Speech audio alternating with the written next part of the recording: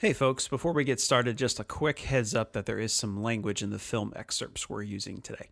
So if anyone's nearby that you don't want listening, you can tell them to put on earmuffs, or you yourself can put on some headphones. Okay, now let's begin. Hey kids, welcome to the Film Nuts Podcast. I'm your host, Taylor D. Adams. It's been fun talking about TV comedies for our first couple of episodes, but today we're going in a slightly different direction. Along every actor's path to success is a stop or two in dramatic independent films. And the film we're diving into today stars actors that would go on to land leading roles on projects like Atlanta, Booksmart, Mr. Robot, The Newsroom, Brooklyn Nine-Nine, and Captain Marvel.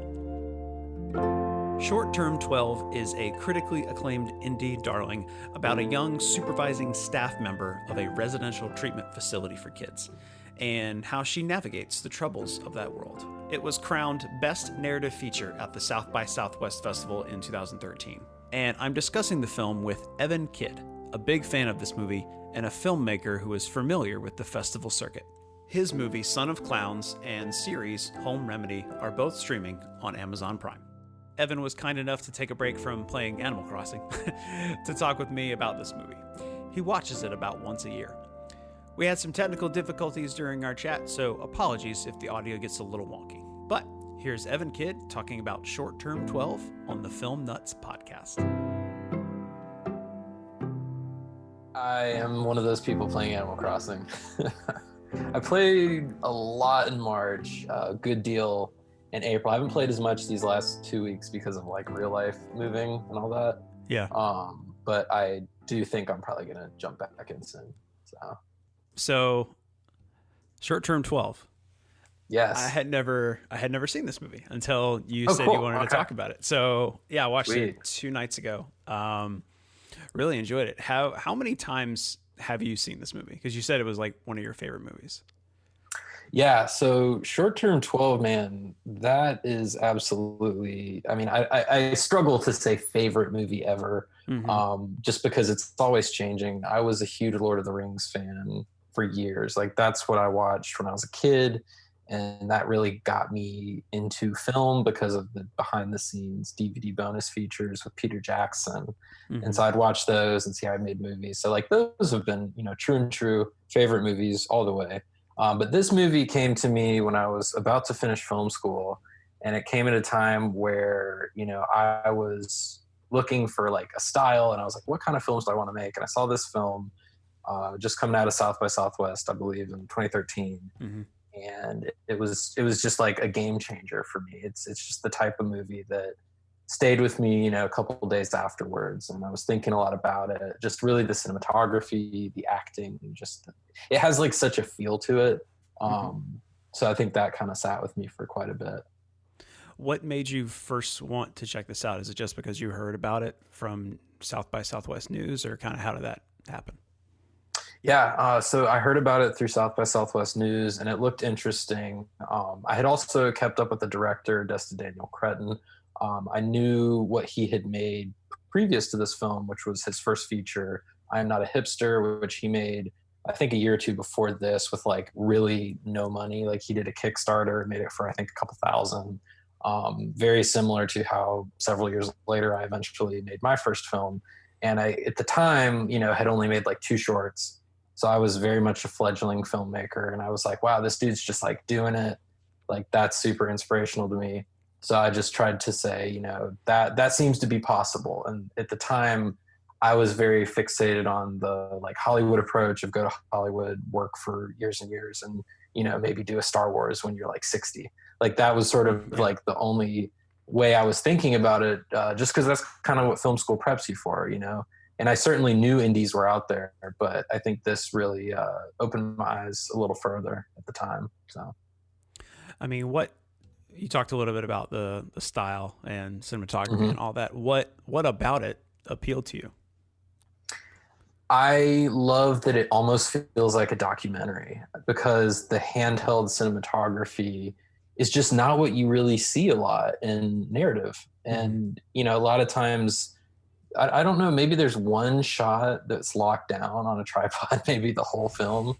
and I think everything else is handheld. And it's not even just like handheld with the steady cam. I think it's true handheld. Like you see the shakes, you see the imperfections, especially like on the more intense scenes later, where the main character Grace is going into the care facility, and she's like interacting with people who are dealing with things like self-harm or abuse or family dynamics. Like in it, the cinematography at first stays a little bit further off, but I think as you get into those kind of deeper one-on-one connected scenes with her, you start to see the cinematography push in a little more and get a little more shaky and raw. And I think it kind of matches what's happening in those scenes a lot of times. So just, little stuff like that, I think definitely just gives it that texture. So do you think this film kind of really inspired you just from a stylistic standpoint, or was there something kind of deeper into it that you really appreciated? I think it was something deeper. Like, the stylistic standpoint is awesome, but at the end of the day, that's almost a technical thing, with filmmaking. I think the meat and potatoes of this film is it's just got a lot of heart. It wears its heart on its sleeve. It's very empathetic, and I think right now, empathy is needed. The world is crazy, and like certainly this film came out in 2013, way before some of the stuff going on now is happening, but that's not to say there weren't issues then. And I think it just shows the community focused empathy that I think a lot of folks either lack or just kind of look over in general life, kind of saying what happens when we're a little bit more empathetic to the maybe 10 people in our circle, and what does that do. And it kind of shows some of the injustices and things like that some of the people in the film and characters deal with. And it's definitely not unlike real life if you look. Short term 12, this is Grace. Remember, you're not their parent, you're not their therapist. You are here to create a safe environment, and that's it. Got it. Luis, you better be up. So this is how it's gonna be? Community meeting is now in session. Slow this down a little bit. Yeah. Y'all ain't got no rhythm, man.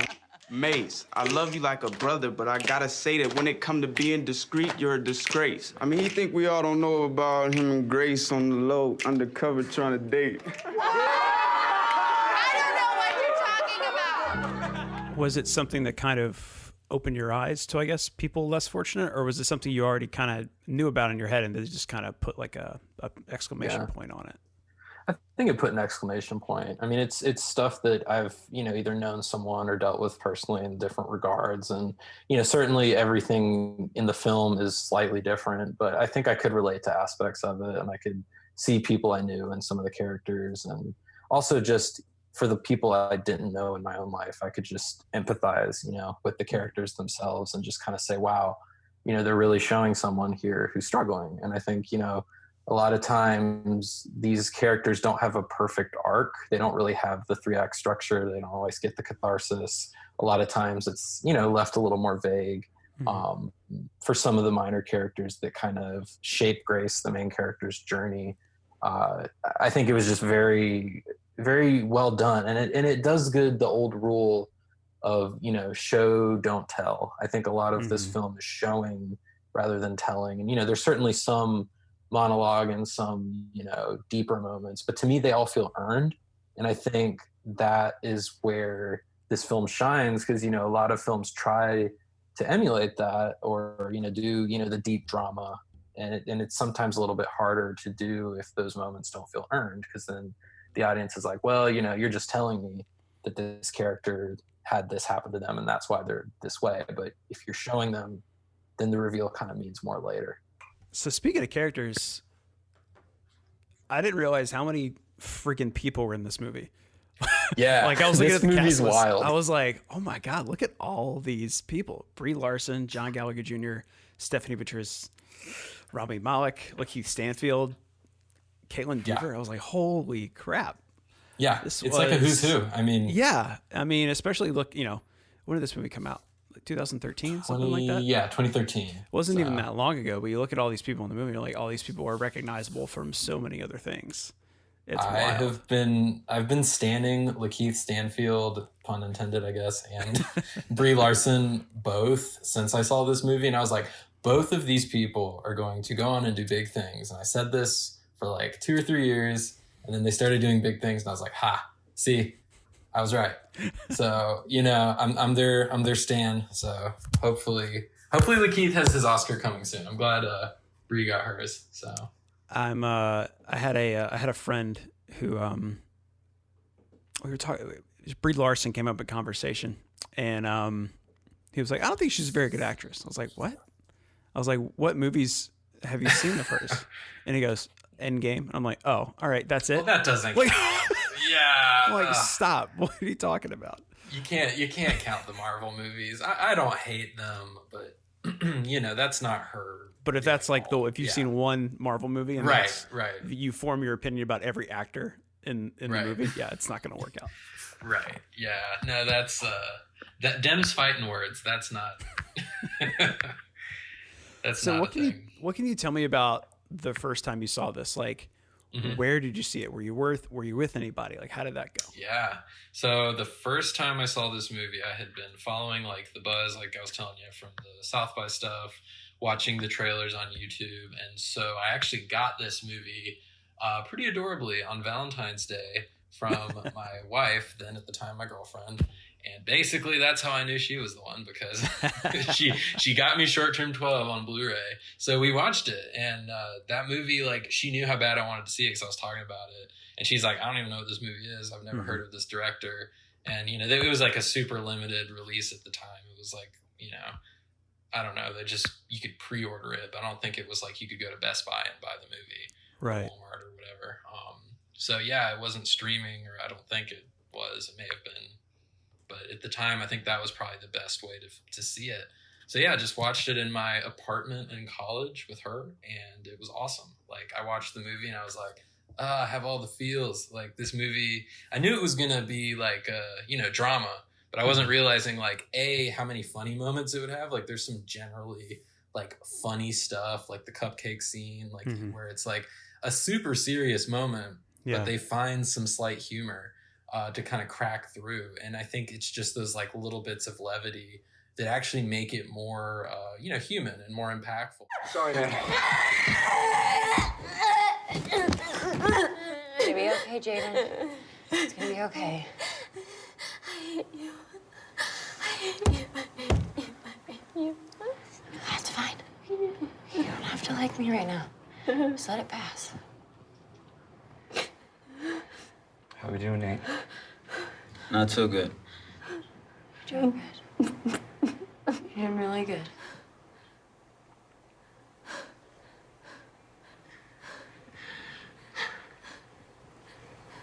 Grace, how's my cupcake? This movie just like did something to me, and I remember thinking about it for a couple days afterwards, and actually like went back 2 or 3 days later and just like watched it by myself after one of my classes. And I was like, I just need to watch this movie again for like the filmmaker analysis side of my brain. So, and I've probably seen it, I don't know, 10 times since. Like, I probably watch it once a year. So, wow. So was there another special layer added to the movie because you first watched it with your wife? Yeah, I think so. Like, I mean, it's not like a movie that we go back and watch together a lot. Like, she definitely enjoyed it. But like, I think she could tell how much I was enjoying the movie just because I was such a big fan of the director, and it was like his second film. So I was like curious to see how he was going to follow up. I'm not a hipster. So for me, it was just cool to, you know, just like watch the film on the like little, you know, indie filmmakers side of my brain to support. But yeah, I think it's definitely special to me just because like it was a gift. So like anytime you get a gift, it's kind of like, you know, a little bit of a memento in that way. So what was your favorite scene? Man, that's tough. I think my favorite scene is 2 scenes, and it's the bookends for the movie. So they start outside with Rami Malek when he's like the new guy. And so he's like getting told the story by John Gallagher Jr.'s character. And he's talking about, you know, someone who left, and they're basically setting you up for like the rules of the place. They're telling you like what the rules are. You know, you can't chase after the kids if they run away. Once they leave the property of the home, you know, then you're not liable for them anymore, and blah, blah, blah. So like they were saying all the rules for the short-term care facility stuff and the, regulations. And so then while all these things later happen in the film, you're kind of saying, oh yeah, I knew that because they were telling me the rule. And at the time you just thought it was like a funny story.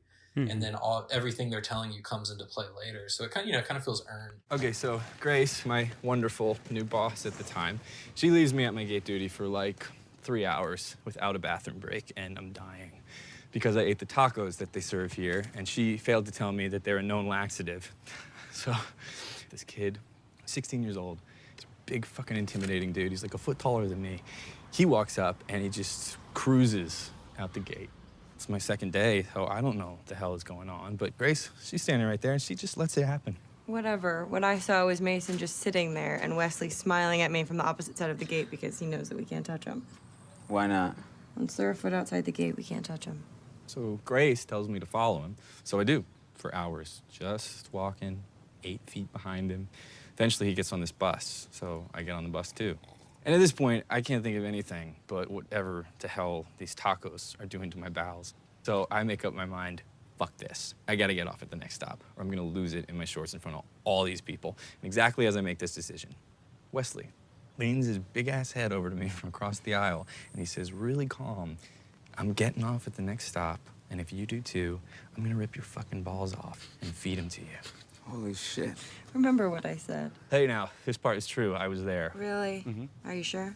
Yeah. And then later it comes back around where he's telling him another story, but it's about someone you know this time, Marcus's character, Lakeith Stanfield's character, Marcus. And it just really is the perfect little bookend. Like, it's so subtle, but to me it's such an earned moment. And then obviously the ending of the film, I don't think it's really a spoiler, but I guess spoiler alert, where they, if anybody's listening to this, I'm assuming that they've seen this movie. I would assume so. If you're listening this far, yeah. But just, that ending, man, that ending gets me every time. And it's like, just, the running in slow-mo and like where, I think Rami Malek represents the audience because he is us, the people watching. And then he goes running off just as fast after the same kid who tries to run away all the time. And, they chase him and like, give him his cookie or whatever it is that he wants. And he's fine. And like, that's just their routine with him.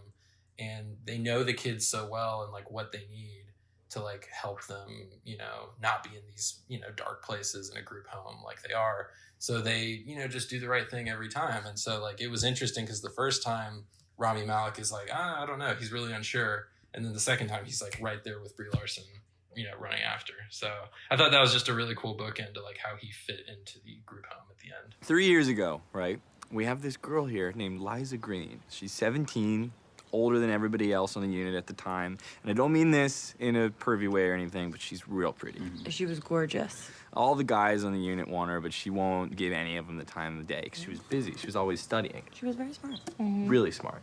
So 2 weeks before she turns 18 and leaves, we get this new intake. This 15-year-old guy. He's really tough. He's really quiet, but he's cool. He's just kind of like kicking back, checking out the scene. And I swear I didn't hear him say a word the whole first week he was here. But then one day we were doing the community meeting and we asked for announcements, and this guy raises his hand and he looks directly at Liza Green and he says, I know you don't know me. I just got here, but I just want to say that I've been watching you. I think you're the most interesting thing about this place, and I'm really sad I'm not going to get to know you before you leave. I just wanted to tell you that. What a pimp. What'd she say? Nothing. Nothing. It was so It got so fucking awkward I couldn't stand it. And then she left, never talked to him. The kids teased him for like a year about it. That blows. No, he didn't give a shit. No, didn't even face him. It was like he knew something everybody else didn't. Yeah, that opening scene, they do a really great job of hiding exposition in the story. It's there. Yeah, it's like, all exposition, but it's technically kind of an exposition dump, but you're entertained. It is in the manner it's that so they do clever. that. Yeah, I love that. Yeah. I mean, that's the brilliance of like the writing. I think is that it is an exposition dump if you look at it that way. But at the same time, the first time you're watching it, you're just kind of so wrapped up in the story, you're not even thinking about it. So, what kinds of things from this movie have you taken especially since you are a filmmaker, what parts of this movie have inspired you or maybe influenced the way you go about doing your thing? Yeah. I absolutely, like I said, I'm a big fan of Destin Cretton. He released Just Mercy recently, which is like a bigger budget, blockbuster film. It's got some of the same folks in it. And what I like about it is that he works with a lot of the same cast and crew, movie after movie, even now that he's in the, Hollywood big leagues, so to speak. Like, he uses his composer, Joel P. West, who does an incredible job, by the way, with Short Term 12 score. I love the score for this film. It's so understated, but it gets a good amount of rotation in my little Spotify playlist. But it's great. And like, I don't listen to a lot of soundtracks either, so it just kind of stands out because it doesn't quite sound like a film soundtrack, so to speak.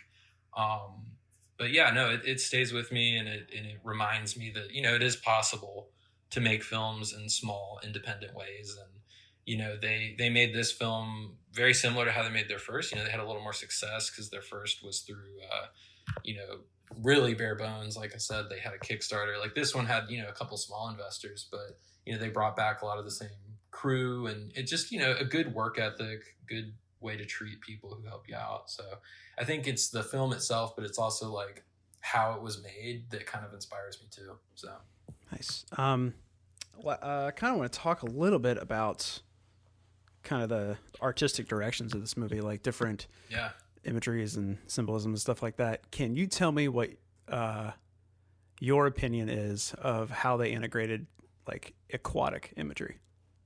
With the squid? Well, you got the squid, you got the shark, you got the seahorse. Yeah. Marcus has a fish tank. Like, you got all this stuff going on. Yeah, there's a lot going on there. It's interesting too, because if you watch the intro, kind of like we talked about the exposition dump, there's that. But then when the music intro is happening, where I think the credits roll and they tell you the people in it, you're seeing all the things that later, the objects that are important to each kid. Like, you've got the kid who runs with the American flag at the end. Like, he's got his little toys that eventually get taken away from him, and that causes him to melt down.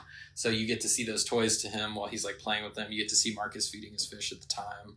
You get to see like so many small little details like that. And I think all that aquatic imagery is equally, kind of subtly put in there for us. Cause, I think it's meaningful because, a fish that's in a little bowl, I mean, that's probably pretty similar to how Marcus feels. He's this guy in a room and he wants to leave and he wants to go out into the world, but, he feels stuck, whether it's by his circumstances or by, his backstory, which they later dive into, later in the film. But I think the aquatic imagery is definitely interesting because I think it just represents like, for lack of a better word, there's a big ocean out there and all these folks are kind of trapped together in this little fishbowl. So I think, it was something I started to pick up on probably once the fish tank broke is when I kind of like clicked. I was like, oh, we got all this stuff going on. And it actually takes me to, I think my favorite scene was actually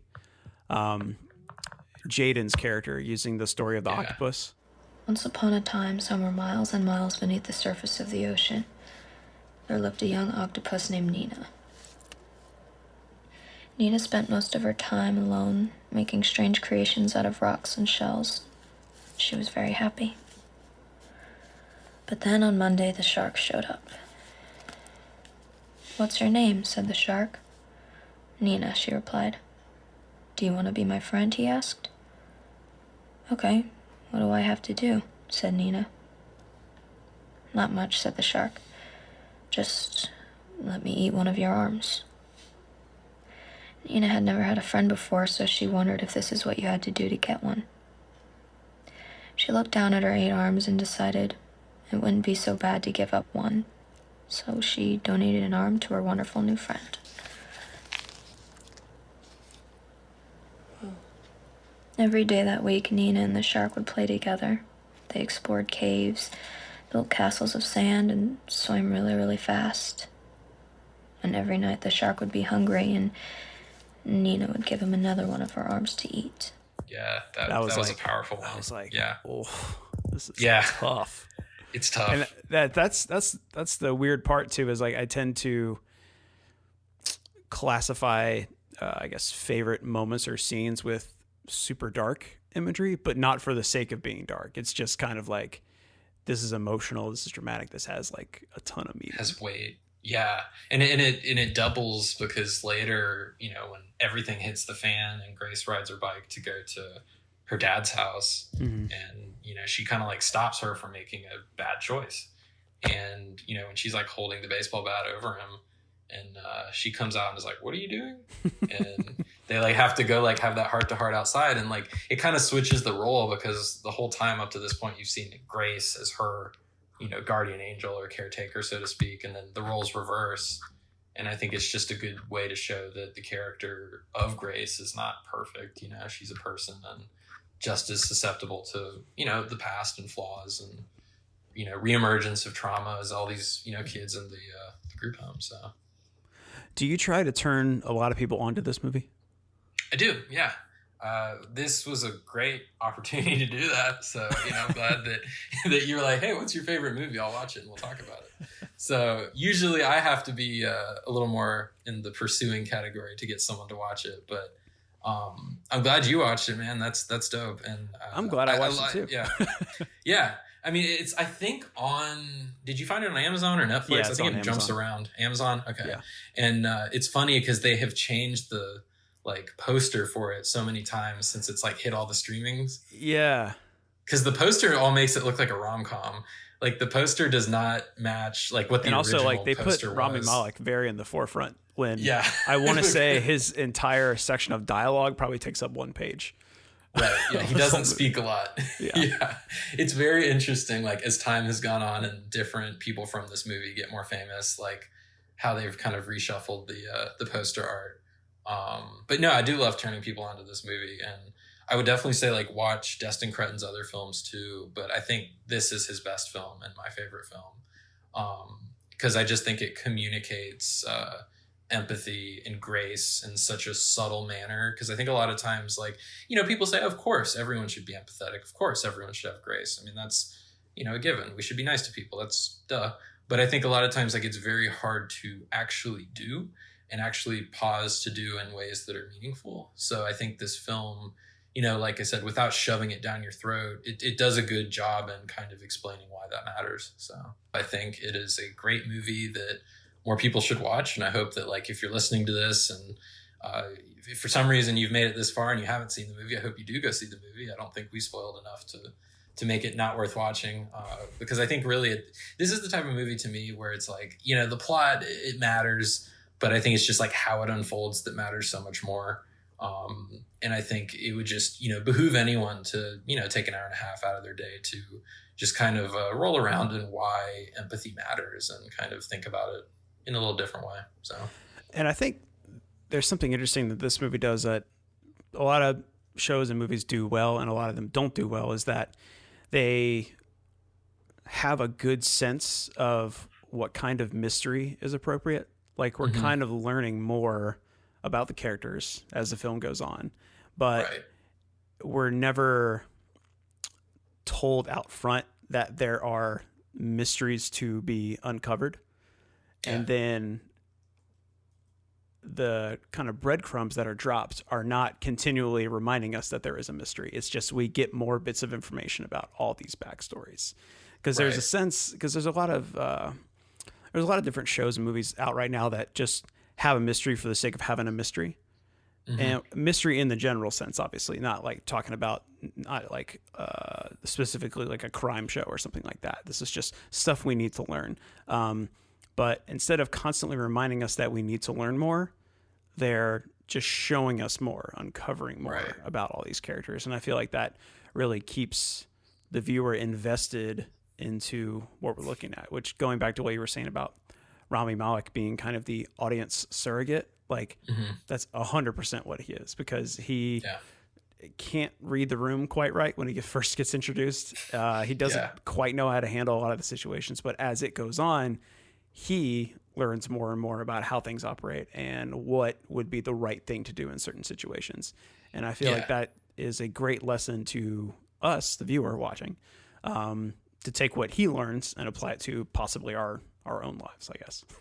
Oh, absolutely. And just, to add to that point, it's just kind of further reinforcing why maybe a first judgment isn't always so warranted. And, he kind of thinks one thing about the kids, one thing about the group home when he starts, and he kind of realizes, oh, you actually do have to spend a decent amount of time in the good and the bad with a lot of these characters and a lot of the kids in the group home to even like start to scratch at the surface of like why they are the way they are. So, well, man, this has been great. Thanks for A, it's turning me on to this movie, and B, talking about it. For sure. No, dude, I'm glad to hear that you enjoyed it, and it's always dope to talk about movies in general, but especially Short Term 12. So.